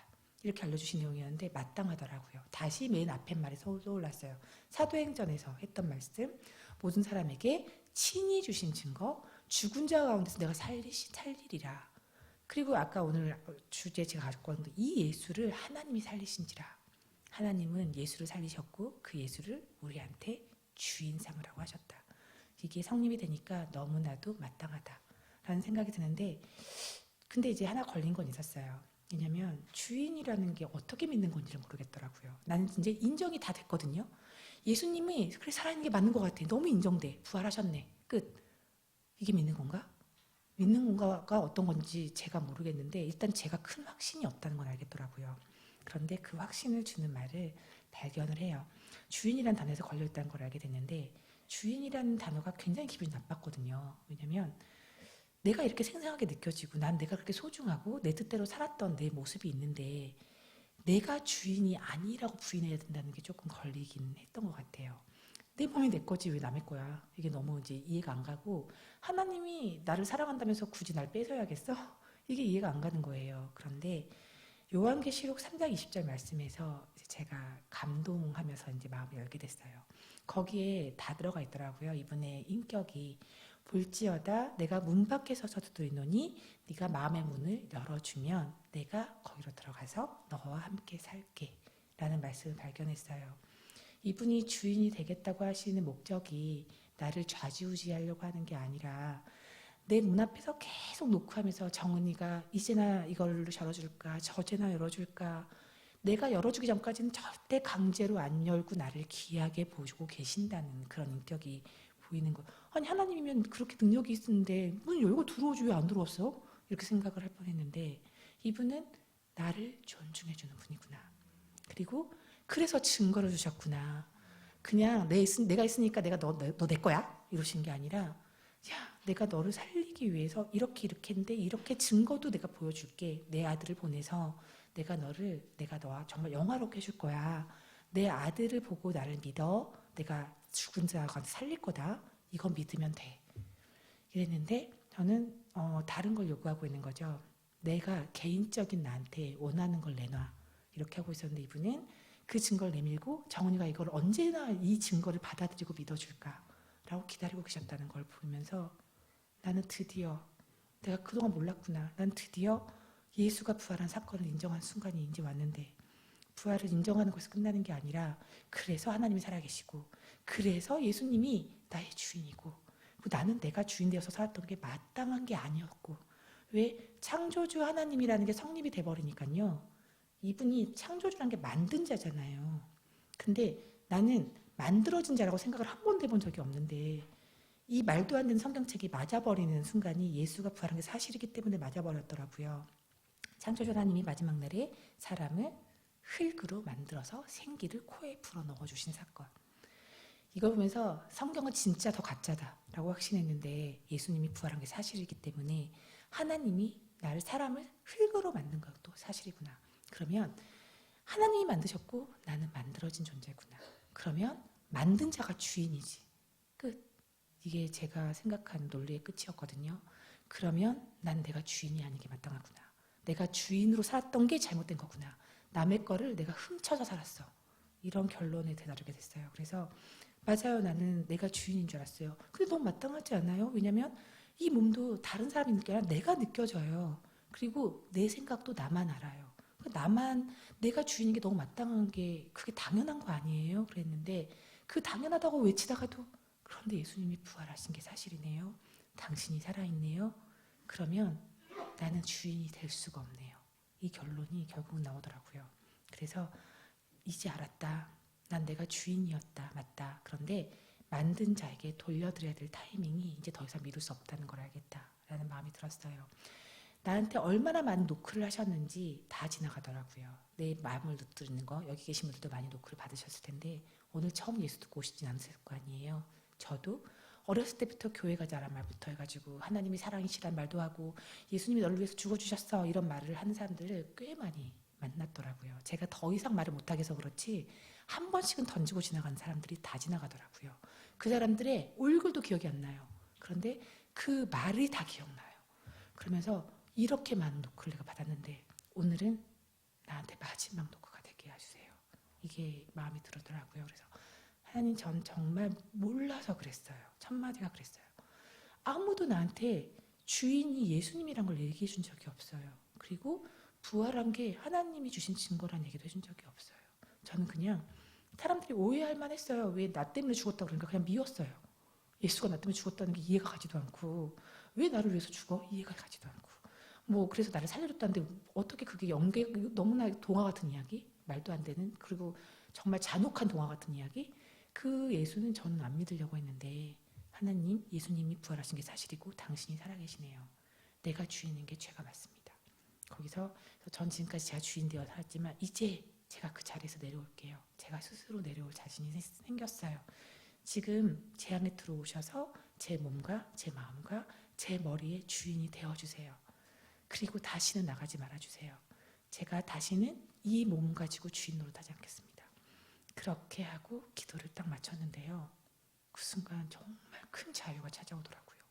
그냥 모든 짐을 벗어버린 느낌이었어요. 그러면서 살 것 같다. 그러면서 제가 처음 고백이 암도 주님 것입니다. 그런 거예요. 몸이 주님 건데 암도 예수님 거네요. 진짜 이건 너무 감사해요. 그렇게 하면서 나는 암 환자가 아니었어. 이게 처음에 나오더라고요. 그만큼 저한테는 암이 가장 큰 무게로 다가왔었는데 그 무게가 주님한테 드렸다는 것과 동시에 싹 사라지더라고요. 그래서 이제 봤더니 난 몸이 아니라 영혼이 병든 줄 알았어. 나 영혼이 완전 죽어 있었네. 나 그냥 지옥 갈 뻔했네. 나 지금 이제 천국이네. 이 확신이 바로 들더라고요. 오늘 죽어도 나는 우리 아버지가 계신 천국에 가는구나. 그래서 마음이 너무 기뻐서 그분한테 난 이제 주님 거예요 고백을 하자마자 주님께서 말씀을 저한테 주셨는데, 어떤 말씀이었냐면은 너는 두려워 말라. 내가 너를 구속하였고 너를 지명하여 불렀나니 너는 내 것이라. 그래서 저는 당신 거예요 하면 이분이 너 내 거야 화답도 하시는구나. 그렇게 살아계신 예수님의 화답을 처음 경험하고, 그리고 교회를 도착했는데 그 정말 수준이 안 맞아서 다 싫어했던 그 사람들 머리에서 하얀색 빛이 올라가고 있더라고요. 찬양을 하고 계셨는데 저도 모르게 그 빛을 보면서 끌려 들어가면서 이 사람들이 봤더니 다 주인이 바뀐 그리스도인들이니까 진짜 자기가 주인이 아닌 사람들이어서 이 사람들의 기도가 나를 결국 여기까지 오게 했구나. 이거를 깨달았어요. 부작용이 당연히 없어졌구나. 하나님 아버지께서 나 같은 고집불통을 이렇게 하나만 안 올 것 같으니까 이렇게까지 하셨구나. 이 사람들의 가족이었네. 이 생각이 들면서 이 기분 나쁜 교회에 나도 갔더니 내 집이구나. 교회가 집이라는 개념이 그때 처음에 생겼어요. 하나님께서 내 집은 알고 봤더니 천국인데, 천국이 내 진짜 집인데 이 땅에서는 천국에 오기 전까지 육신이 아직 이 땅에 있으니까 잊고 있는 동안에 거처, 잠깐 머무르는 거처로 교회가 그런 의미구나. 그러면서 그 많은 교회 중에서 여기가 제 집이었군요. 그래서 여기로 부르셨군요. 저는 그러면 죽는 날까지 제 집을 잘 오겠습니다. 그렇게 하고 교회에 딱 앉았는데 저를 망신을 줬던 목사님이 다시 올라오셨어요. 목사님 올라오시더니 그날은 이제 정상적인 설교를 하셨는데 설교 내용 중에 한 말씀이 있었는데요. 그 말씀이 이제 제가 지금까지도 붙들고 사는 말씀이거든요. 뭐냐면은 목사님께서 그러셨어요. 예수님께서 부활하신 것이 너무나도 분명한 역사적 사실이기 때문에 죽는 순간까지 남은 생에 오직 말씀대로 사는 게 인생의 정답입니다. 저는 죽음이라는 것을 딱 앞에 두고요. 인생의 정답 따위는 없어 라면서 되게 불행하게 생각을 했어요. 나는 정답을 잘 찾아간다고 생각했는데 죽어버리면 내 계획도 아무런 것도 없어지는 거잖아요. 그런데 죽는 게 끝이 아니고 내가 내 아버지 집으로 가는 게 내 운명이라는 걸 알게 되니까 인생의 정답을 반드시 분명하게 말씀에만 있겠구나. 성경을 다 읽기 전까지는 죽지 못하겠다라는 생각이 들어서 언제 죽을지 모르니까 빨리 성경책 읽어야지. 그래서 성경을 매일 읽기 시작했어요. 그날 밤부터. 근데 너무 놀랍게도 성경책이 막 너무 잘 읽어지는 거예요. 그래서 또 아니 이 얘기가 나는 왜 해석이 되지? 이 단어는 난 모르는데? 이런 것들이 너무 많았거든요. 성경 단어는 희한한 단어들이 너무 많아서 해석이 안 되는데 해석이 되더라고요. 알고 보니까 우리 아버지가 하나님이지. 아버지가 나한테 주신 책인데 내가 못 읽는 게 말이 안 되지. 그러면서 이해가 안 되지만 그 뜻은 모르지만 이해가 되는 희한한 경험을 하면서 매일 성경책을 읽었어요. 그러면서 감사합니다 아버지. 예수님 나를 이렇게 사랑하셨군요. 이게 제가 했던 거 다거든요. 한 달 뒤에 어떤 일이 일어나냐면은 병원에 갔더니 선생님이 암이 다 사라졌습니다. 네, 저는 기뻐했던 것밖에 없어요. 나는 이 불행한 세상에서 이렇게 불쌍하게 정말 이렇게 죽는 거야. 이렇게 맨날 이렇게 나는 왜 암에 걸렸을까? 이랬는데 나중에는 나는 정말 좋은 곳에 가는구나.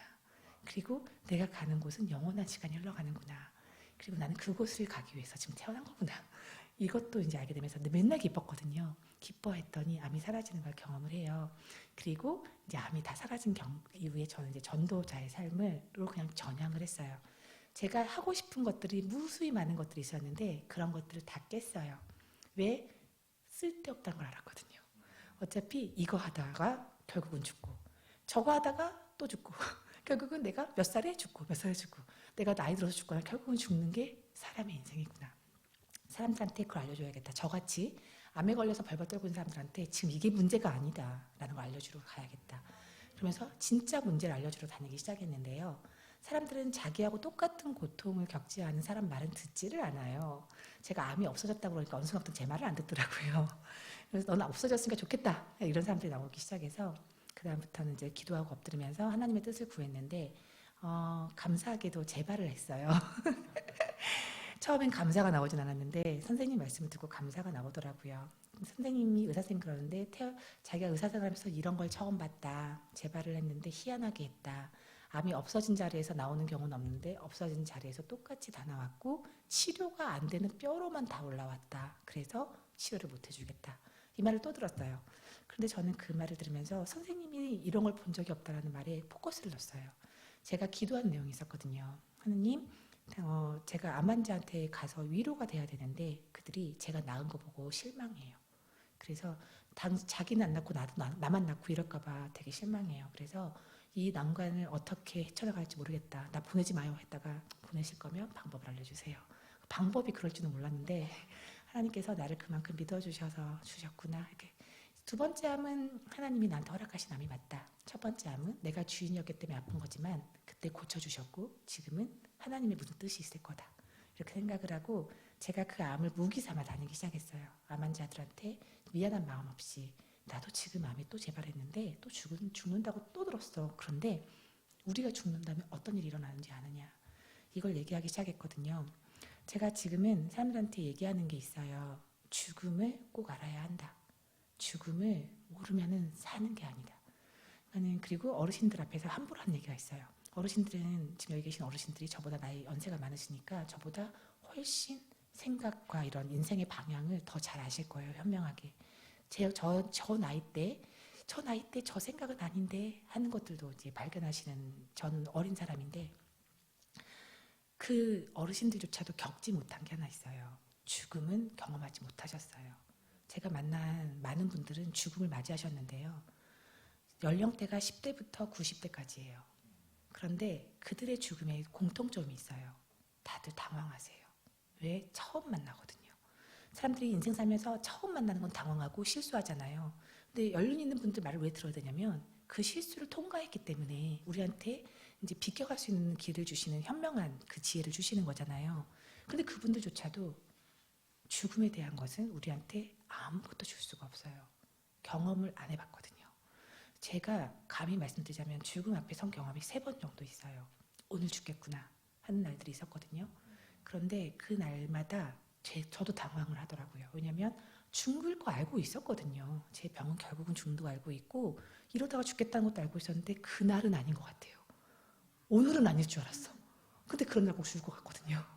근데 죽을 것 같다는 게 어떤 수준이냐면은 제가 제 몸을 제 마음대로 못 움직이니까 굉장히 공포스러운 거죠. 내가 이럴 줄 알았으면은 정리할 게 있었거든요. 정리 못해. 그러니까 오늘 이럴 줄 알았으면은 난 이미 어저께 정리를 다 했을 거야. 이게 사람의 한계더라고요. 저희가 그리고 죽어가는 사람들을 만나면서 이 사람들의 그 외침이 다 똑같아요. 뭐냐면은 나는 처음에 이렇게 대화도 되고 할 말 할 때는 나 죽는 거 안 무서워. 아프는 건 좀 싫어. 똑같아요. 아픈 것만 안 했으면 좋겠어. 그것만 해주면 나 하나님 믿을래. 이러신 분들 되게 많았고 이것만 내가 채워주면은 다른 건 다 괜찮아. 근데 이들이 다 괜찮다는 거 뭐냐면 죽는 건 괜찮아. 근데 제가 너무 희한한 걸 봐요. 죽음 앞에서 안 괜찮으시더라고요. 이렇게 살 바야 죽는 게 낫지 했는데 몸도 못 움직이고 정말 이렇게 정말 겨우 숨 쉬고 있는데도 더 살고 싶어 하는 게 사람의 본능이더라고요. 그래서 목숨이 미련이 엄청 강하구나. 그래서 실은 마지막에 하나님께서 성경책에 보면은 마지막 멸하는 마귀의 권세가 뭐냐면 사망 권세거든요. 사람들이 다른 거는 다 이겨나갈 수 있다 할지라도 절대 이길 수 없는 게 죽음 문제다.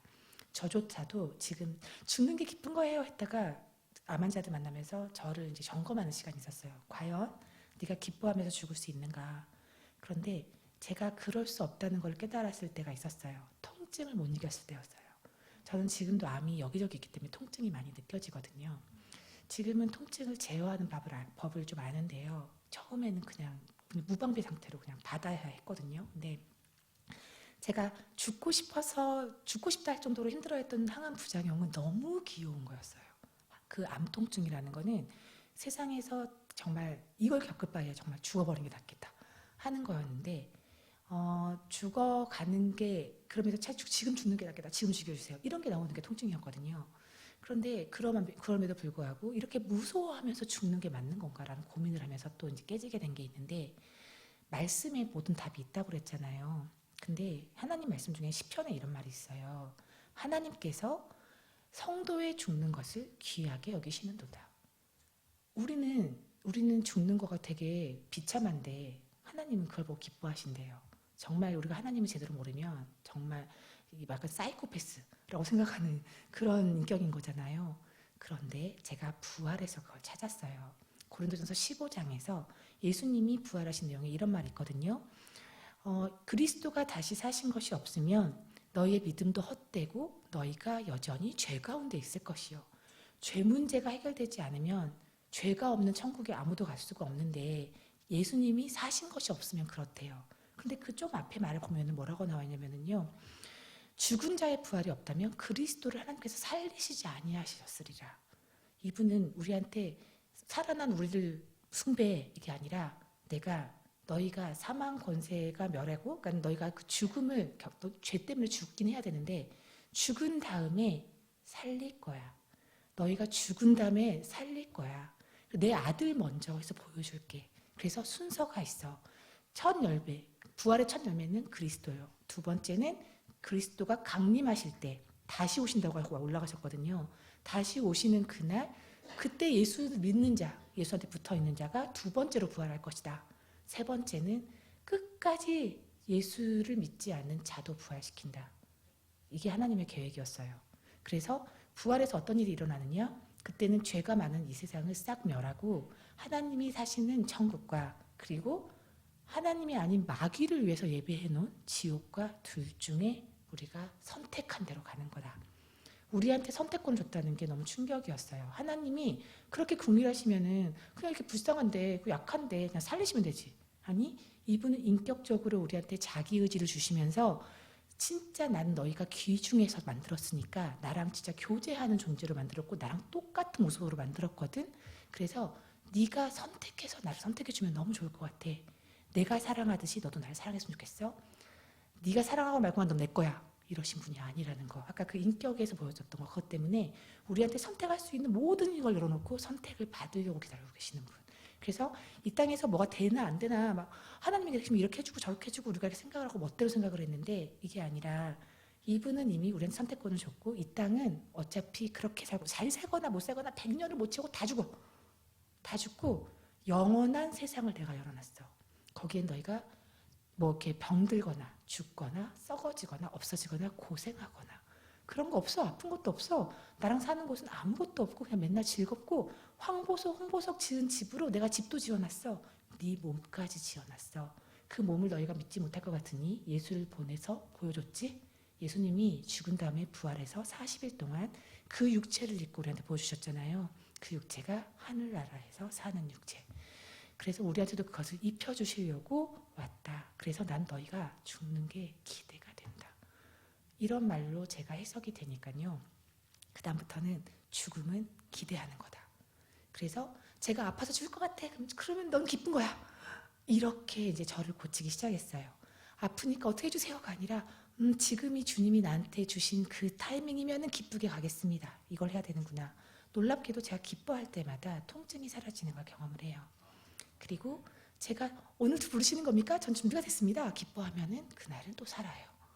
그래서 근데 나는 분명히 죽여달라고 하고 근데 왜 자꾸 살리시지? 말씀에 재밌게 있더라고요. 죽고자 하면 살고 살고자 하면 죽는다. 근데 제가 그거는 이제 웃기려고 하는 말이고 하나님의 깊은 뜻은 이제 제가 해석을 가미하자면은요. 하나님 나라의 비밀을 깨달았기 때문에 여기서 이 땅에서 미련을 가지고 살지 않는 자에게 그 자유를 맛보게 해주신다라고 생각을 하거든요. 전 오늘 가도 난 내가 가는 곳을 알고 있고 그리고 안 가면 내가 해야 할 일이 있고 이런 거거든요. 그냥 삶이라는 게 해야 할 일은 다른 게 아니라 내가 이 땅에서 이렇게 하면 잘 살아 저렇게 하면 잘 살아 이게 아니라 이렇게 오늘 살고 있어야지 하나님이 부르셨을 때 내가 눈을 똑바로 볼 수 있어 이거예요. 나랑 평생 살 분이 계시는데 그분을 볼 때 내가 좀 배신하거나 약간은 겁내면서 아니면 여기서 내가 욕심 부리면서 있다가 딱 그분을 만나면 얼마나 도둑질한 것 같이 마음이 그럴까 이런 생각이 드니까 오늘 이분을 만날 때 내가 떳떳한가? 떳떳하기 위해서는 내 욕심을 위해서 사는 것이 아니라 거기서는 이제 우리가 다시 사신 이유를 위해서 사는 게 우리의 인생이라고 했으니까 주를 위해 살다가 죽는 그 순간 주님을 딱 정말 당당하게 보는 거 그거를 해야 되겠다. 죽어간 사람들한테도 정신 차려요 라는 말을 해주거든요. 지금 막 죽어갈 때도 막 갑자기 숨이 끊어지니까 너무너무 막 갑자기 놀랄 거 아니에요. 나는 믿음을 잘 지켜갈 수 있어 이런 사람도 갑자기 죽을 때는 막 다 정신 차려요. 지금 그 순간이 왔어요. 예수님 조금 있다가 눈 마주칠 거예요. 죽어간 사람도 정신 차려요. 왜? 그게 사실이란 걸 믿으면 그렇게 되더라고요. 그런데 그냥 하나님 있겠지? 막연하게 있을 거야. 그거는 절대 공포에서 벗어날 수가 없어요. 왜? 내가 확인되지 않은 사실을 사람이 어떻게 믿어요? 저 사람이 믿는 거 내가 믿어볼까? 아니요. 그건 다 저 사람이 믿는 거 믿어볼까는 뭐냐면은 이 세상에서 그 사람이 약간 뭐 이렇게 권력층이겠죠. 그런 사람 삶을 따라가고자 하는 세상 욕심을 못 보는 사람이 하는 거죠. 그런데 사실을 놓고 믿는 자들은 흔들림이 없어요. 그런데 사실이 아닌 것을 붙잡는 자들에게는 배신이 만무하고 금방 흔들리는 거죠. 제가 오늘 주제를 가져온 거는 예수님이 살아 계신다. 예수님이 부활하셨다. 하나님이 주신 증거가 예수의 부활이다. 이걸 가져온 이유는 백날 저한테 똑똑한 척하고 그리고 나보다 더 잘 사는 사람들이 와서 저를 설득하려고 해도 저도 그렇고 많은 사람들 그러겠지만 확신하지 않고 내가 믿어지지 않은 걸 믿는 사람은 절대 아니거든요. 내가 믿고 싶은 것만 믿고 그리고 믿어지는 건 믿어주는 게 제 입장이었어요. 그런데 그렇게 내 위주로 사는 게 정답이 아니라고 제가 내려놓았던 거는 예수가 부활한 게 기분 나쁘지만 사실이네. 이거 하나였어요. 사실이면은 내 생각이 틀렸고 사실이 맞는 거다. 그래서 지금도 제가 원하는 방향은 뭐 이렇게 욕심대로 가고자 하는 방향은 많겠지만 항상 생각하는 게 그거예요. 좀 흔들리지 않기 위해서 하는 제가 세수하는 노력은 이게 말씀에 있어 없어? 없어 그럼 다 짜야. 그리고 넌 이걸 하면 안 돼. 이렇게 가거든요. 왜? 말씀이 진리니까요. 왜? 예수님의 정체가 요한복음 1장에 정확하게 나와 있어요. 태초에 말씀이 계셨느니라. 그 말씀이 하나님과 함께 계셨느니라. 그리고 그 말씀이 육신을 입고 이 땅 안에 거함을 이런 말씀이 나중에 나오거든요. 말씀이 육신을 입고 왔대요. 그 말씀이 태초에 이 세상이 지어지기 전에 하나님과 살았고 그 분이 예수님이십니다. 그래서 그 예수님이 지금도 살아계시는 그 육체를 가지고 우리를 설득하고 계세요. 나 진짜 살아있어. 하나님이 살아있고 뭐 다른 이상한 신 믿고 막 그런다고 너네가 무슨 영생을 얻고 이런 게 없어. 영생은 반드시 예수를 주인으로 믿는 자만이 얻을 수 있고 너네가 지금 이 땅에 사는 게 더 좋아 해도 다 속는 거야. 하시는 거예요. 이 땅에서 사는 게 왜 좋아요? 이 땅에 살다가 고민이 있을 때는 또 갑자기 죽고 싶어 하는 게 세상의 살이잖아요. 그런데 정말 걱정 고민 없는 곳을 예비해 놓으셨다. 이분이 우리한테 부르시신 거 뭐냐면은 죄의 삭은 사망이요 하나님의 은사는 영생이니라. 죄의 삭은 반드시 죽어야 죽음으로 갚는 거고 피로 갚는 거고 그리고 하나님이 주신 선물은 유일하게 하나다. 영생이다. 너네 영원히 행복하게 살게끔 내가 이 땅을 만들었다. 너네 이 땅에서 실패했다고 좌절하지 말고 그리고 아프다고 울지 말고 너네가 결국은 다 죽어서 나랑 다시 시작하는 거야. 그래서 우리는 제가 기쁜 이유는 딱 하나예요. 나 아직 시작도 안 했네. 제 인생이 끝나간다고 생각했는데 아직 시작도 안 한 게 우리네 인생입니다. 여기 저보다 연세 많으신 분들도요. 지금 전 지금 이제 내년에 50대잖아요. 60대, 70대, 80대, 90대 여러분 아직 0살도 시작 안 하셨어요. 살면서 내가 왜 이렇게 살았지? 내가 여기까지 왔는데 얼마나 힘들었지? 이런 생각하시면서 좌절하실 이유가 없고 후회하실 이유가 없어요. 후회되는 걸 하셨다면 지금부터 안 하시면 되죠. 주님 앞에 갈 때까지 후회되지 않는 삶 딱 하나예요. 주를 위해 사는 것. 천국에 있는 나의 지분을 넓혀가는 게 현명한 삶이라고 생각합니다.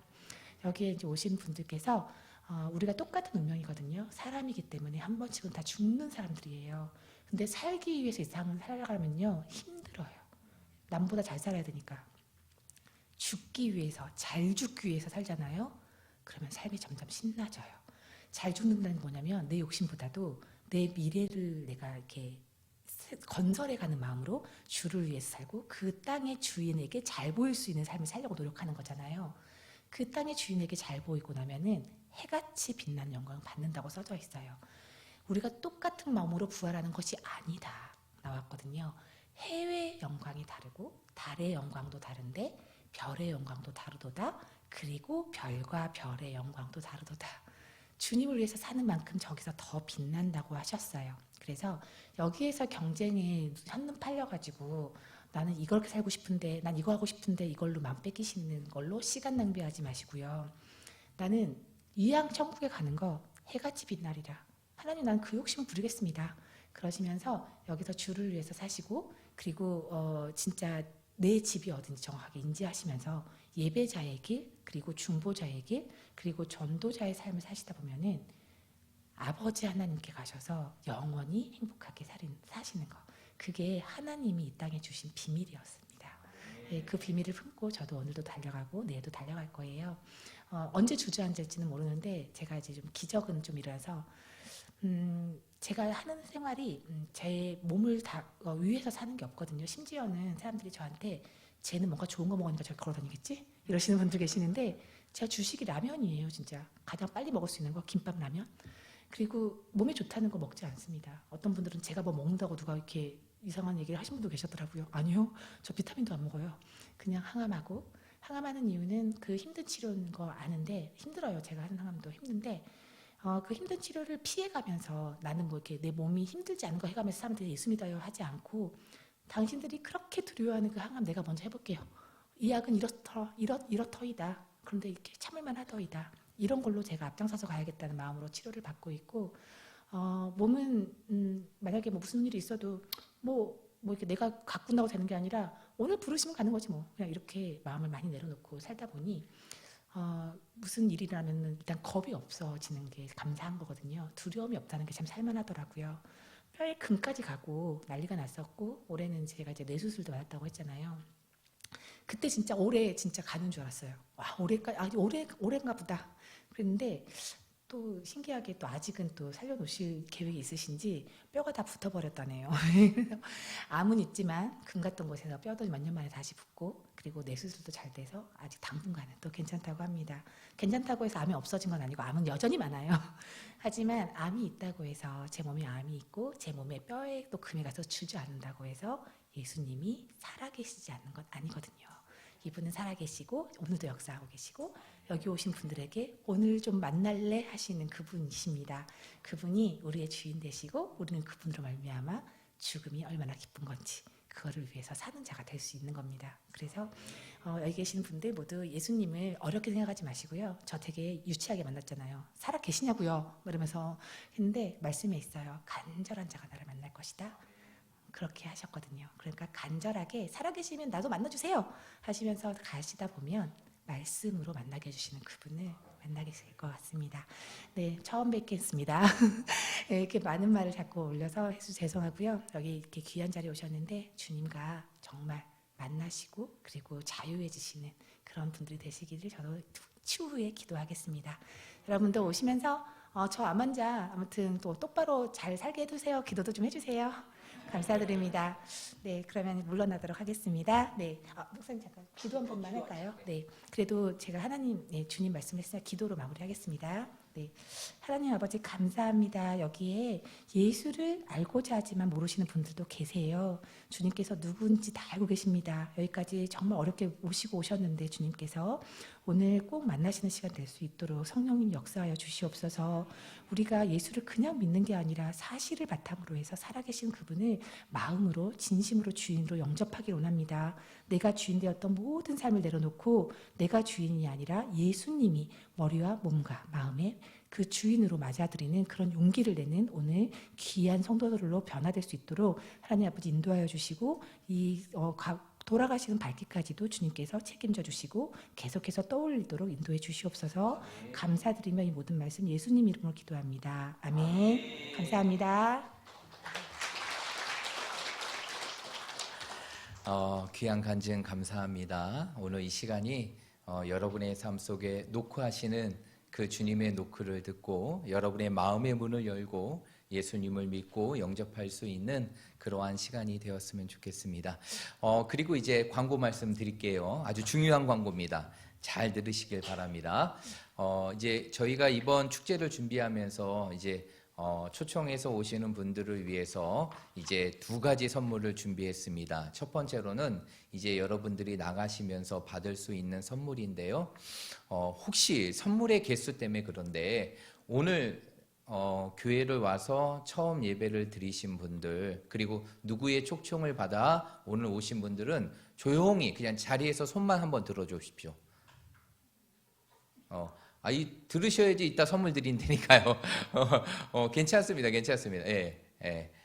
그러면 저희가 준비한 선물이 넉넉한 것 같으니까 일단 오시는 모든 분들에게 1인당 하나씩 선물을 드리도록 하겠습니다. 원래는 이제 한 가정당 하나씩 드리려고 했는데 오시는 분들 모든 분들에게 한 분당 선물을 하나씩 드릴 테니까 나가시면서 이제 여러분들을 안내해 주신 안내띠를 하고 있는 우리 권사님, 집사님이 계실 텐데 그분들에게 말씀하시면 그분들에게서 여러분들에게 선물을 하나씩 주실 겁니다. 꼭 받으시고 그 다음에 이제 또 한 가지의 선물이 있습니다. 그게 바로 무엇이냐면 이제 여러분들을 위해서 맛있는 음식을 준비했어요. 원래 이제 잔치가 있으면 노래가 있어야 되고 선물이 있어야 되고 마지막 한 가지로 음식이 있어야 되는데 여러분들을 위해서 정성스럽게 교회에서 준비한 식탁이 있습니다. 식사가 있습니다. 여러분 기억하시고 나가시면서 그냥 가지 마시고 시간이 되시면 꼭 식당에 가셔서 같이 식사하시면서 교제하는 시간들을 가지시면 좋을 것 같습니다. 최고의 선물인 예수님을 여러분의 마음속에 품고 돌아갈 수 있는 그러한 축제의 시간이 되었으면 좋겠습니다. 우리 한번 고백해 볼까요? 당신도 예수님을 믿으면 행복해질 수 있습니다. 우리 옆 사람 보면서 한번 해보도록 할게요. 시작. 당신도 예수님을 믿으면 행복해질 수 있습니다. 이 마음으로 여러분의 삶 속에 예수님을 품고 돌아갈 수 있는 귀한 시간이 되었으면 좋겠습니다. 이제 마지막입니다. 다 함께 자리에 일어나셔서 우리 찬송 함께 부르고 축도하러 모든 초청의 주일의 시간을 마치도록 하겠습니다. 우리 봉헌물은 지금 갖고 오시면 될 것 같습니다.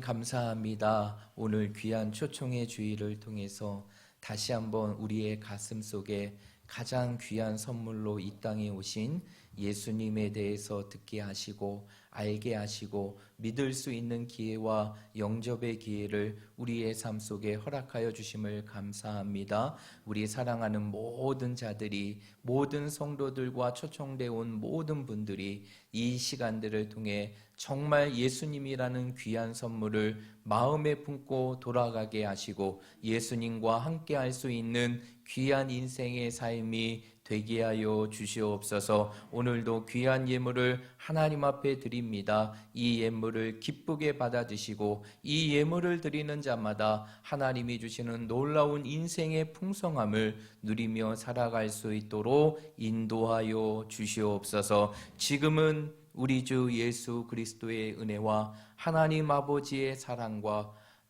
성령의 감화감동 교통 위로 충만하심의 역사가 오늘 우리에게 들려주신 말씀과 같이 오직 예수를 믿고 그 예수님과 함께 인생의 삶을 살아갈 것을 다짐하고 결단하며 이제 인생의 어떠한 상황과 죽음 앞에서도 두려워하지 않을 수 있는 삶을 살아가기로 소원하는 우리 모든 성도들과 함께하는 모든 분들 머리 위에 이들의 가정과 자녀와 직장과 사업 위에 오늘 저희들에게 귀한 말씀으로 도전 중인 우리 사랑하는 자매와 앞으로의 모든 사역과 삶 위에 지금부터 영원토록 함께 있을지어다. 아멘.